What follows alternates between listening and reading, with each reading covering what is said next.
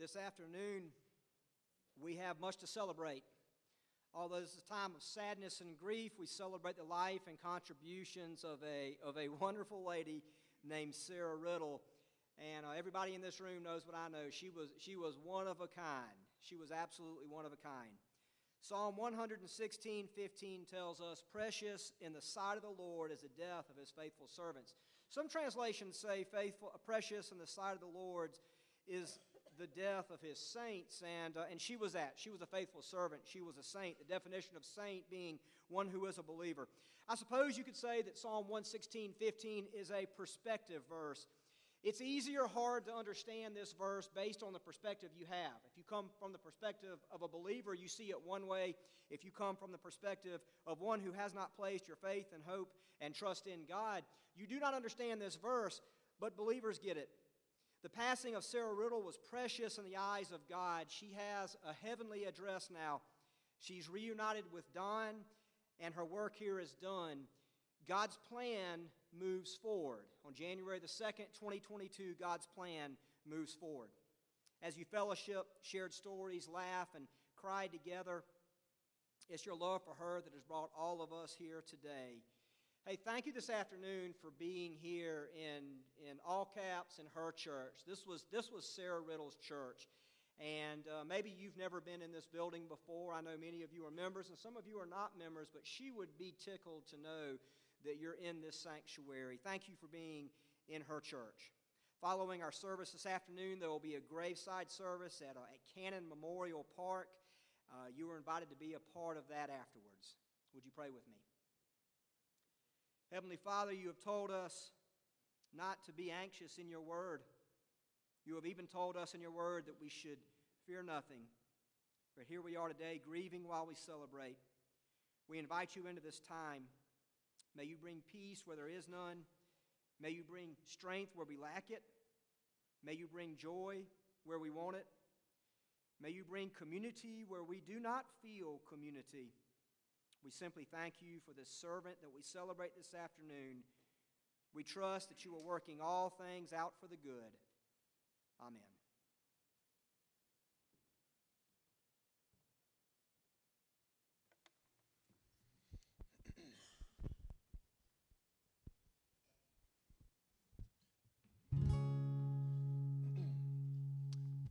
So as we sing this song, it's the old rugged cross, a familiar song.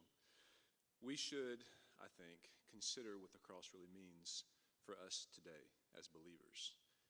The cross is the reason that we can have hope right now. As one who we love, have loved for many years dies. We can have hope, and really all sorrow can just completely go away when we really consider it, that we will be with them one day, forever. And we can have full confidence that that's where Mimi is now. And we can, as believers, approach the throne of grace with full confidence and rejoice in that. And so as we sing and consider the cross, keep that in your mind.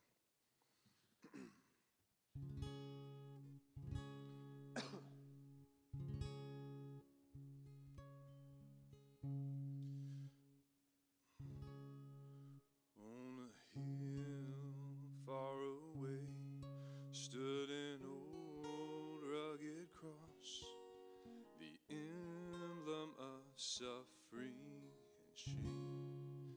I need to start over. I'm sorry.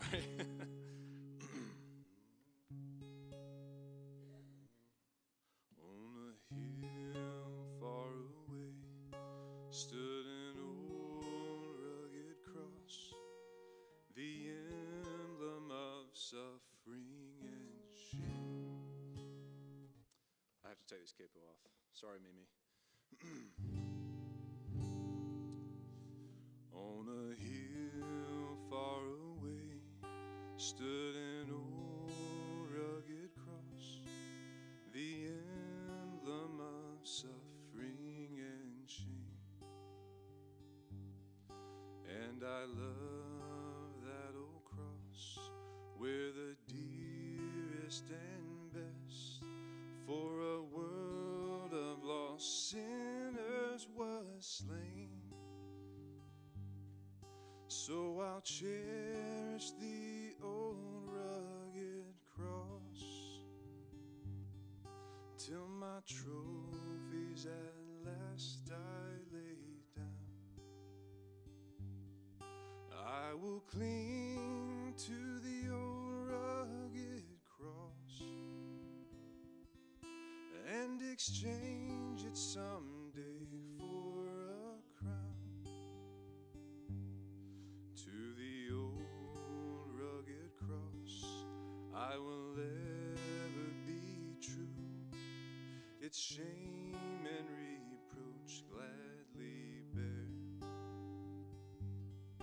Then he'll call me someday to my home far away, where his glory forever I'll share.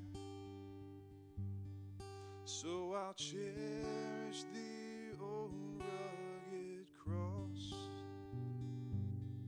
till my trophies at last I lay down. I will cling to the old rugged cross and exchange it someday for a crown.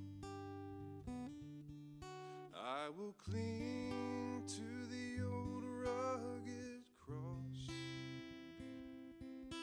and exchange it someday for a crown.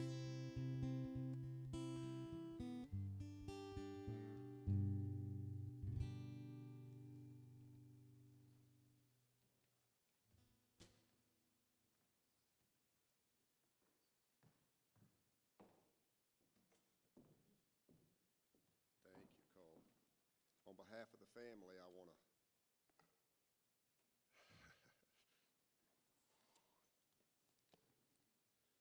I didn't do this with Dad. I want to thank you. I want to thank you for being here. It means the world to us. And what I was just about to say after I hopefully welcomed you guys was 4 years and 9 months ago, I stood here and talked about my dad, eulogized Dad, and the words that I used, the things that I said came to me.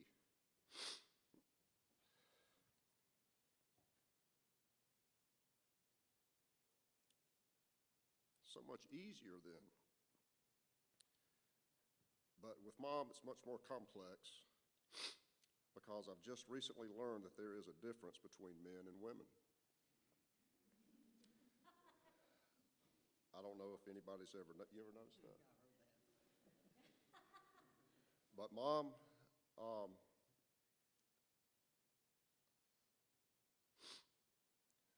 Mom loved us. There was never any doubt about that. I'll get over this. And Dad loved us. He made it clear to us all the time.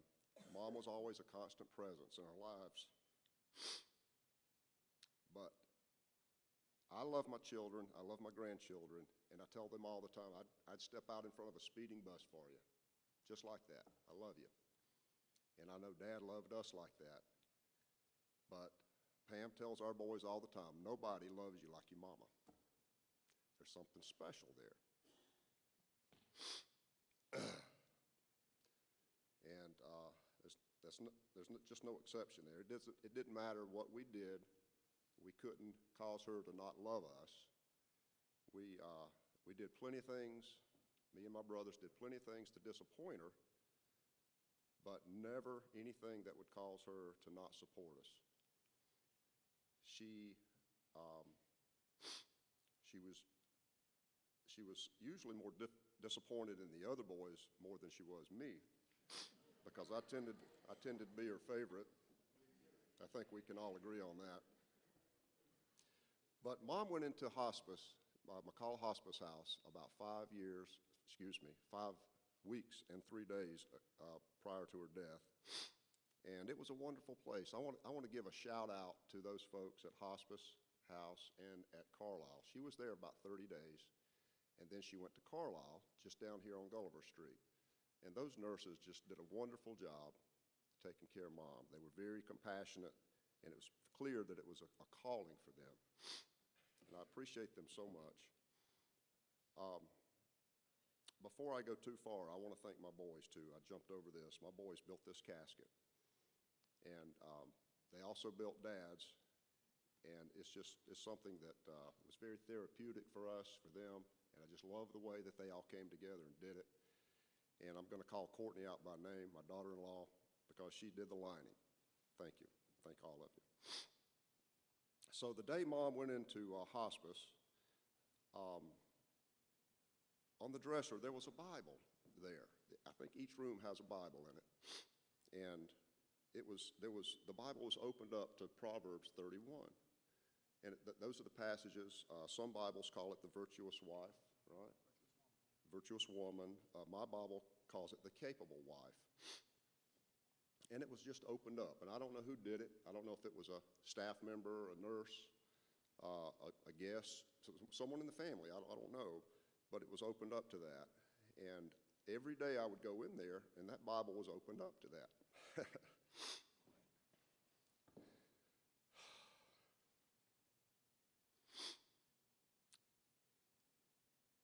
I read it to her one day, and I said, Mom, this is talking about you. And I know it can relate to every mom in here, but I sat down last night and I wrote down notes beside each verse of things that she did in relation to that verse. I really haven't been crying that much. I'm just emotional right now. She was so sweet. Mom was not idle. Mom was just like this lady, the capable wife. She would go out. You know, there's the verse here in 13, it says, she looks for wool and flax, and she works with her hands in delight. In other verses, in 19, it says, she stretches out her hands on the distaff, and her hands grasp the spindle. So Mom would do things like that. When I was a child, I can remember spending many hours in the cloth store. Mom would go and pick out fabric, and she would make her own clothes, a lot of her own clothes. She was this lady. She was the capable wife. She was out looking for fabric, saving the family money, clothing herself, and us. She would make clothes for us. So she was constantly out looking for those things. She was constantly, just like in 14 it says, she's like the merchant ship. She brings her food from afar. And And man, she did that. She would go to the grocery store, she'd look for the best deals, she'd bring home the food to take care of the family. Everything she did was for the family and to take care of the household. She saw to it that us boys had what we needed. We didn't have the name brands, right, but we had what we needed. We never missed a meal. She was constantly cooking and taking care of us. Her hands were not idle.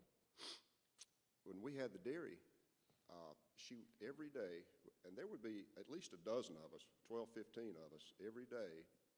Mom cooked at dinner. Dad called it dinner, but it's lunch to us. He called supper, he called dinner supper, right? But at lunchtime, Dad, we would sit down to a meal. It was a huge Sunday dinner. It was not sandwiches, right? It was a big meal, and she fed the whole farm. She did that every day, and everybody looked forward to that. When I was young, I don't remember her doing this later on as we really got heavy into the dairy business, but I can remember as a young boy, she had a large garden. So just like in verse 16, it says, she considers a field and buys it. From her earnings, she plants a vineyard. Well, she didn't plant a vineyard, but she was industrious. She kept a garden. And I spent, on Saturday mornings, instead of watching cartoons and riding a mini bike like a lot of my friends, I was hoeing in the garden, and we were picking beans. And Mom, at night, she would be snapping beans, right? And so she was always busy. She put that food up, and so she was always busy. She got up early I think she was usually the first one up in the morning and the last one to go to bed. She was not idle. She wasn't lazy. She didn't lay around and take naps during the afternoon. She was healthy, physically strong, and everything she did was for the family. When we had the dairy, Mom would do whatever she had to do. She would cook, for us, she was up and down the road. We called it burning up the road. She would go and pick up parts, supplies, anything that we needed. If cows needed milking, if calves need feeding, if a truck needed driving, she'd jump in and do it. She was a hard-working lady, and everything she did was for us. I was shocked one day when I realized that Mom wasn't perfect. I found that out one day, and I was like, wow, Mom is not, there was a crack there. And I realized she didn't know everything. I can remember literally as a young boy, I thought Mom knew everything, and I thought she was perfect. But I realized that she wasn't, and that's just a hard reality of life. But she was a wonderful person. She was supportive of Dad and everything all of his endeavors. And Dad, in Proverbs 31, verse 28, it says, her children rise up and bless her, her husband also, and praises her, saying, many daughters have done nobly, but you excel them all. Dad praised Mom. He did. Every time we would have a family get-together, Dad would ask the blessing, and he would always have something to say about Mom, and he praised her, and he talked about how much he loved her, to a point that was almost embarrassing to us children, because sometimes things would get a little carried away. But he did. He praised Mom, and and especially as the years went along, Dad depended on Mom so much. So just a couple of quick facts about Mom. She graduated high school. She was born in 1935. She graduated high school at Malden High School in 1953. She was 17 years old. Just a few weeks later, June 21st, she got married. There's a wedding photo. She was 17, and we got family photos of the wedding. And her dad, Horace Griffith, was the saddest man you've ever seen. He was distraught, and I'm not sure why. I can only think that maybe it's because she was so young.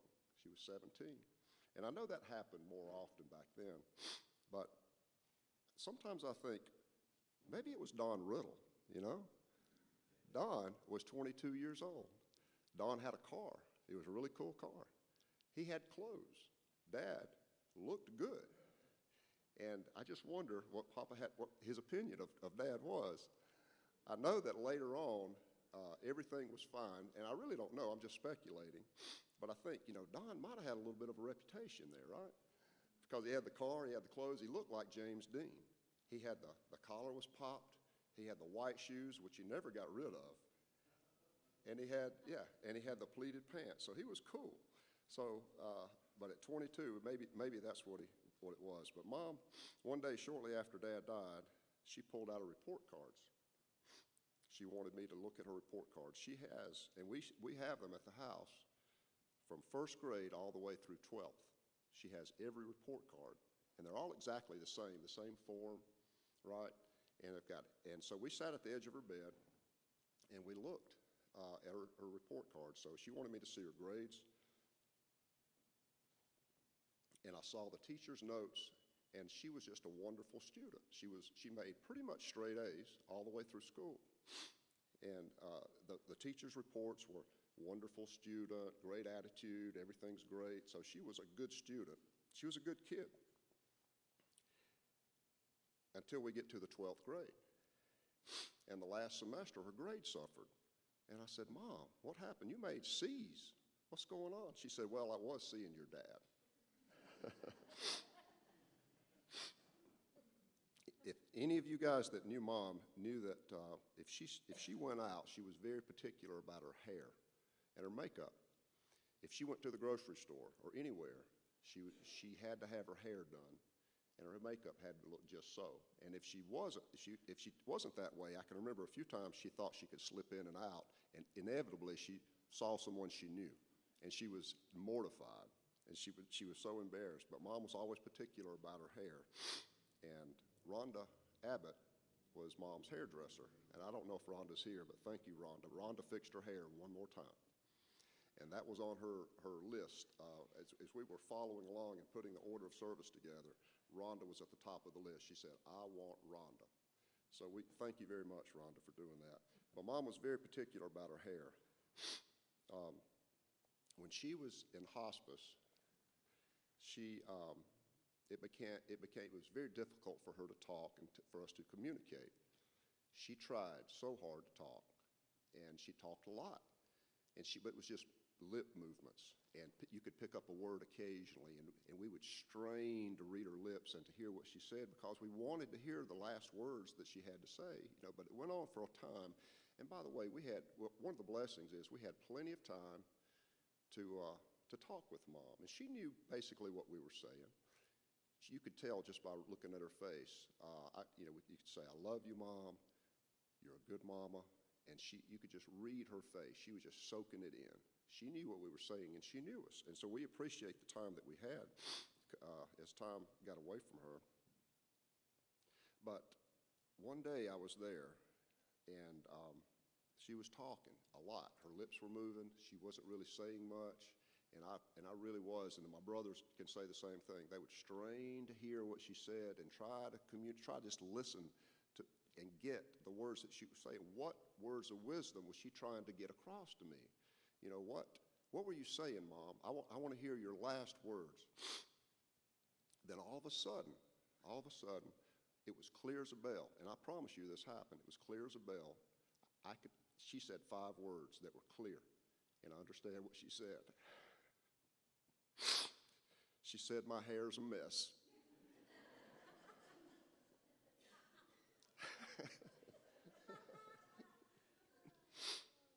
I'll always remember that. It's priorities, right? But Mama loved to cook. She loved to RV. They had a bus. They owned 4 different RVs, and they had 2 buses. 2 of them were buses. And they were members of the Bus Nuts Club. And that just meant there was a bunch of bus nuts around the country, and they would meet at rallies, and they traveled extensively all over the country, visited most of the continental United States. But more than anything, she loved mission trips. It was a combination. She could come, and she cooked at on those trips. She could travel, and she could cook, and she could be with people, because that's what she loved. She was very social. If there was a gathering of people, she wanted to be in the middle of it. She was very hospitable. And like I said, normally on those trips, there would be a large group, 20, 30, 40 people, I guess, some of those trips. And she was the chief cook and bottle washer. She had a staff of people assisting her, but she was the cook. The larger the group, the better she cooked. But she loved mission trips. And long after she was able to go on those trips, she longed for it. She wanted to go. She would fret over it. If she knew there was a trip going on, she worried about it and who's going to cook and who's going to take care of those folks. But one of the most important things that Mom did for us, and it started young, was that she started teaching us the Bible. She started reading the Bible, reading Bible stories to us all, and we would pray as a family. And she led us to a knowledge and a relationship to Jesus. And that's her legacy. And that's what I appreciate about her more than anything. She is, her temporary tent is right here. She is not in it. I believe with all my heart she's in heaven with the Lord. She's with Dad. She's with her mom, Horace and Ruby. She's with her brother Cecil. And she's happy. And I'm happy too. Thank you.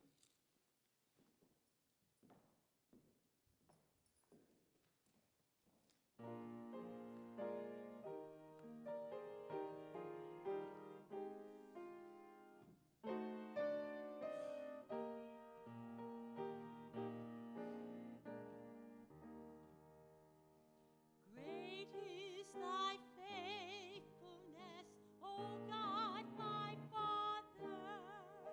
There is no shadow of turning with thee. Thou changest not, thy compassions they fail not.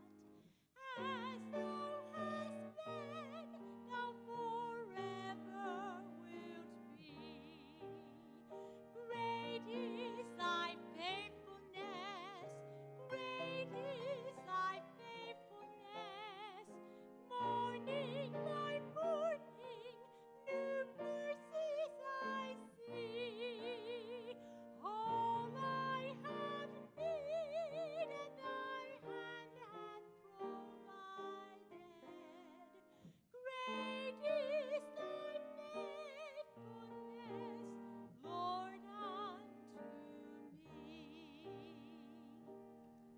Summer and winter and springtime and harvest, sun, moon, and stars in their courses above, join with all nature in manifold witness to thy great faithfulness, mercy, and love.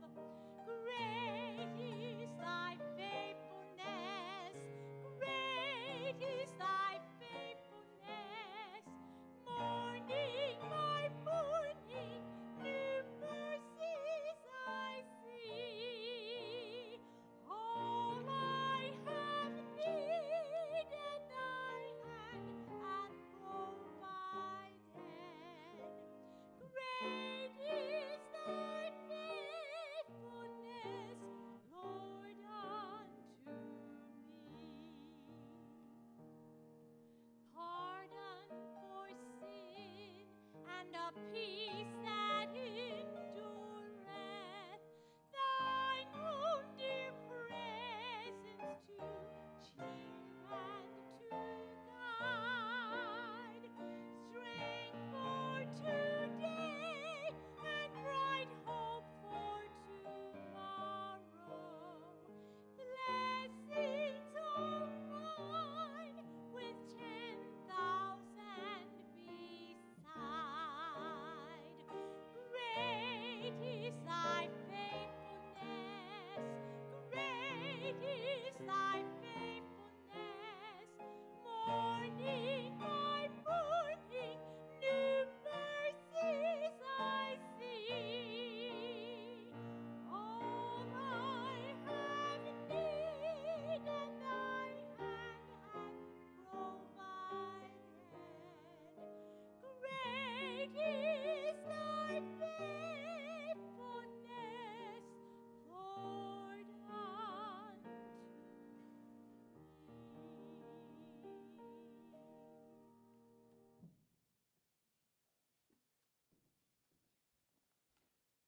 Thank you, Iris. Iris, of course, is married to Preacher Mike, who was Sarah's pastor for a long time. And if there's any way he could have been here, he would have been here today. He was a little bit under the weather. And Cole, thank you for taking a moment and getting it right up here. We appreciate that. I know you want to give your best. And Ashley, thank you for everything you said. Ashley told me, he said, this isn't my thing. I'm not good at this. But I told him, I said it will be much more important than what I say. So I appreciate you stepping out and doing that. I got to say, though, Ashley, this service is a lot tamer than the one I went to 5 years ago. It's a lot tamer than Don's service 5 years ago. And I'm grateful for that. Sarah Riddle lived quite a life, and when you look at just the plain facts, you learn a lot about her. She was 86 years old when she passed a few days ago, and I don't have the number. She was married to Don for a long time. They were married. How long was it? 64. Did you say that earlier? 64. Okay, 64 years. They're saying she was married. So for a long time, she was a member of this church for over 50 years, getting close to 55 years. We believe she was a member of this church right here. They moved here about that time. Sarah and Don owned and operated Riddle Dairy together. She had 4 sons. Of course, most of you probably know them, Alan and Lester and Ashley and Scott. And she also had 11 grandchildren and 16 great-grandchildren. So a great big family. The two of them, Sarah and Don, were easily two of the finest people I have ever met in my life. And I can say that without reservation. Easily two of the finest people that I've ever been around in my life.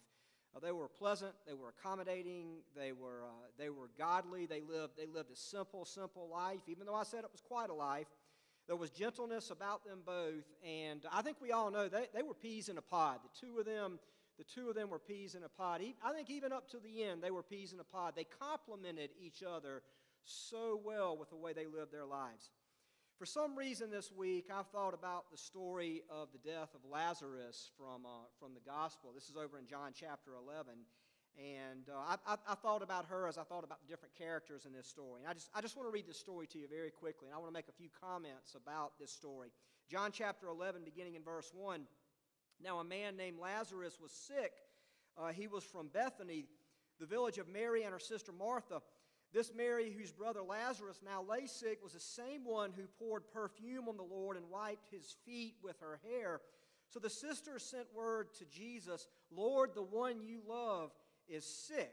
And then skipping over to verse 17, on his arrival, Jesus found that Lazarus had already been in the tomb for 4 days. He passed away before Jesus could get to him. Now Bethany was less than 2 miles from Jerusalem, and many Jews had come to Mary and Martha to comfort them in the loss of their brother. When Martha heard that Jesus was coming, she went out to meet him, but Mary stayed at home. Lord, Martha said to Jesus, if you had been here, my brother would not have died.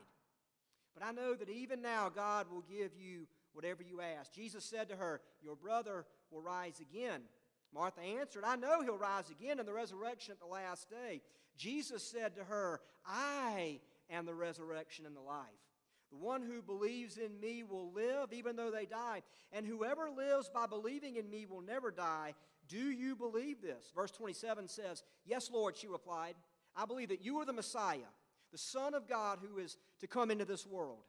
After she had said this, she went back and called her sister Mary aside. The teacher is here, she said, and is asking for you. When Mary heard this, she got up quickly and went to him. Now Jesus had not yet entered the village, but was still at the place where Martha had met him. When the Jews who had been with Mary in the house, comforting her, noticed how quickly she got up and went out, they followed her, supposing she was going to the tomb to mourn there. When Mary reached the place where Jesus was and saw him, she fell at his feet and said, Lord, second time you hear this, Lord, if you had been here, my brother would not have died.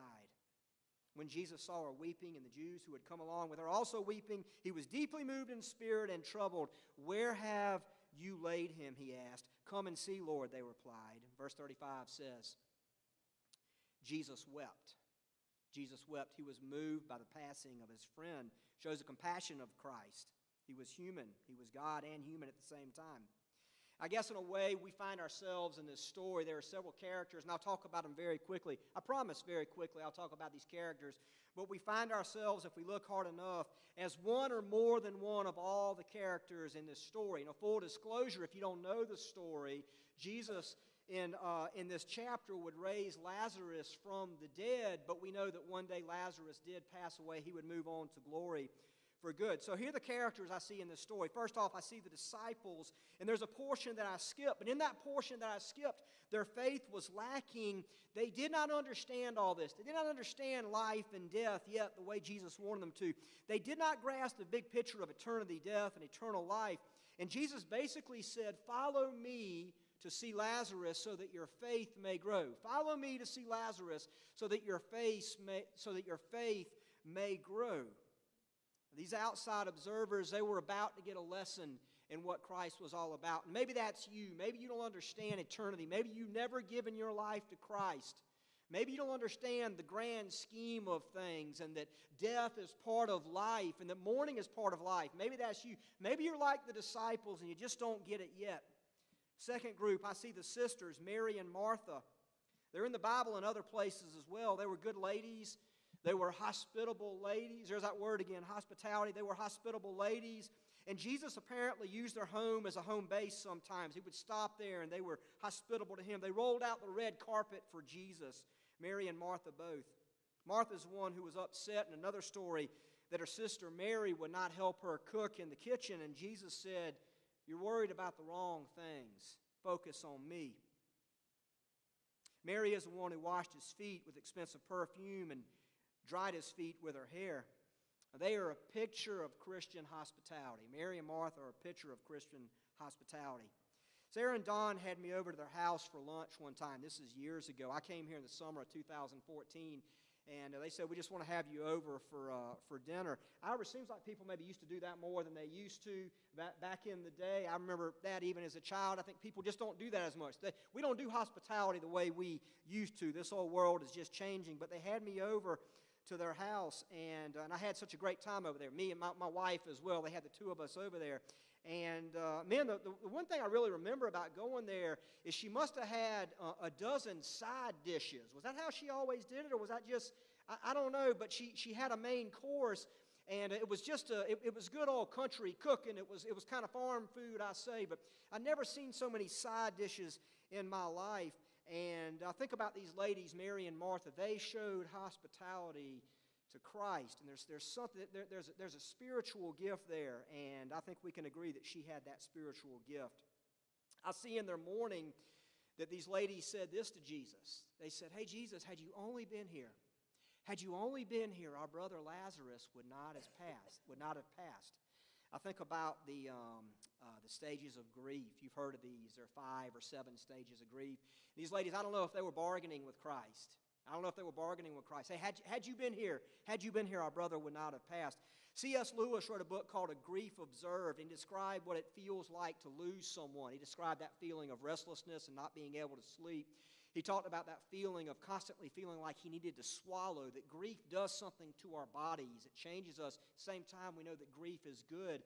It helps us adjust to loss. But these ladies, Mary and Martha, they loved Christ. They were agents of hospitality. And then there's this third group in this story of the loss of Lazarus. There's a community. The community is helping Mary and Martha mourn the loss of their brother.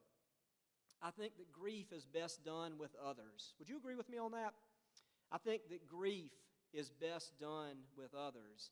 I know the family, the great big extended family on these first 5 rows or whatever, had a meal together. And I think that's wonderful. I think it's fantastic. Why would we not get together and lean on each other in times like this? A close family is a hallmark of good parents, and Sarah and Don both succeeded in that, and we see that in the way their family deals with each other right now. So I heard a story yesterday from one of Sarah's longtime friends, and I will never reveal the name of this person. If you torture me, I will not reveal the name of this person who told me this story. But this lady, we were talking on the phone, and we ended up talking about Sarah. And she told me 2 things about her. She said, I remember decades, long time ago, when we first met her. So my husband met her and came back and told me about this young woman she met, and he said this is the truth. He said, she is the most beautiful young lady. She is the most beautiful young lady I think I've ever seen. And yesterday she told me that he also said, I don't know how Don Riddle got that girl. I don't know how Don got that girl. She also told me there was never a death in the church where Sarah did not bake a cake for the family. She also told me that she was unique and a hard worker. She said they were a delightful couple, but you know that. Another lady I spoke to yesterday said that she was fun-loving and comical. She was always willing to help. She was easy to work with, and everyone enjoyed being around her. Now, this is what everybody said. Ashley said it as well. But everybody I talked to said she was a super cook. Seems like that was always the first thing that came up. She was a super cook. We can all agree that hospitality was probably our spiritual gifts, but was probably her spiritual gift, but she made the lives of other people around her. In the story I read just a few moments ago, there's another character. That character is Christ, and you are not him. If you identify with characters in this story, that's not the one. You're not him, so don't worry about that. But I want to look back at these verses. Verse 25 said this, Jesus said to Martha, I am the resurrection and the life. The one who believes in me will live even though they die. And whoever lives by believing in me will never die. Do you believe this? Yes, Lord, Martha replied, I believe that you are the Messiah, the Son of God, who is to come into this world. So Jesus' words, they transcended death. They transcended life. And he said something that's so important. He said, I am the resurrection and the life. I hope you know that this afternoon. I hope you know that this afternoon as we grieve together, as we think about loss, as we think about death. I hope you know that Christ is a resurrection and a life. And here's the word. The word is belief. Those that believe in him, those that place their faith and trust and hope in him, they can look past the casket. They can look past the burial. They can look past days like this because they see God's bigger picture in their lives. I guess a final character is this Lazarus. He would be drawn from the grave, but he would eventually pass from the earth. But Lazarus was a believer. If he wasn't a believer before, he was a believer after Jesus called him out of the grave again. He had quite a story to tell. And Sarah Riddle was a believer as well. She was a believer. She was at this church every time the doors were open, I think, until she couldn't do it anymore. There's a verse she circled in her Bible. I know this for a fact. It's Romans 10, actually 2 verses, 14 and 15. And they say this, how then can they call on the one they have not believed in? How can they believe in the one whom they have not heard? And how can they hear without someone preaching to them? And how can anyone preach unless they are sent? As it is written, listen to this, how beautiful are the feet of those who bring good news. Let me tell you why I thought of Sarah when I reread these verses that I've read 1,000 times in my life. Her name is all over Romans chapter 10, verses 14 and 15. She was an old school Baptist follower of Jesus Christ. She believed the gospel story. She believed the death, burial, and resurrection of Christ. She was at anything we did at this church. She never missed an event, and she loved them all. She loved everything we did here. She was a believer for longer than some of us in this room have even been alive, and she oozed the gospel. She oozed the gospel. She loved her church, and I've been told she would sometimes watch other preachers on TV. That's okay. I'm glad she did. I'm glad she did. Now listen to this. She believed in the Bible. Look at this in my hand. This is not the only Bible she had, but Ashley loaned me this Bible. I told him I'd give it back to him when I'm done, but this is one of the Bibles she had. Does that Bible look well used and well worn to you? Something's missing on the back. Everything past Revelation 17 is missing. Somehow it fell off. She just wore this Bible out. And I'm touched by the notes. Maybe Ashley will let you see it. But let me hold this up. All over the Bible, it is just filled with notes, and the cover's about to fall off. They need to put new Scotch tape on this. But things like this, Ecclesiastes 12:1, a great verse for young people. Read Psalm 18, Matthew 19. This is a good verse to use at a wedding ceremony. Psalm 91, 9, Psalm 126, 5 and 6, on and on and on. There's even a note in here about her favorite son. I'm going to let y'all find that later on, all right? I'm going to leave that right there. But she loved the Bible. She loved the Bible. And we would do better if we loved the Bible as much as she loved the Bible. She believed in missions too. And Ashley went into all that. But I've been told she went on 17 mission trips. That's our best guess on this, right? Our best guess. I think she said that. She said 17 mission trips. But the truth of it is she was always on mission. She was always on mission. Baptist churches, we tend to think we do missionary work when we take a trip. But as good Baptists, we should always be on mission. And she had a story to tell. I believe she was a Romans 10, 14, and 15 person. How in the world will the church know if we don't share the good? How in the world will the world know if we don't share the good news? How can they call on God if they do not believe? How can they believe if they have not heard? How can they hear if no one goes to tell them? How can someone tell the story if they are not sent? She believed this passage, and she shared her story. It's been my honor to share a little bit of her story this afternoon, and Ashley and Cole did as well, and Iris did as well through singing. I'm so glad that you're here, and my hope and prayer for everybody in this room, I think we do her the most honor. I think we do Sarah Riddle the most honor by saying things from this stage like this. If you have not placed your hope in Jesus Christ, would you do that? Would you do that? Let's pray together. Heavenly Father, as we consider the legacy of Sarah Riddle, we think of how she changed everybody around her in some way. But now may we focus on how you change us. As we grieve and are hurting in the days and weeks to come, may you give us the peace that passes all understanding.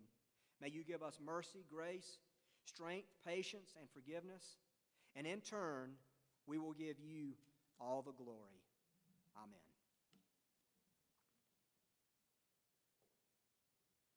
Would everyone but the family please stand? We're going to sing a song together.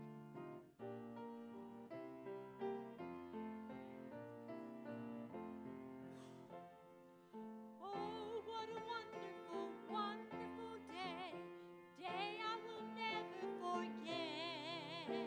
After I've wandered in darkness away, Jesus, my Savior, I met. Oh, what a tender, compassionate friend. He met the need of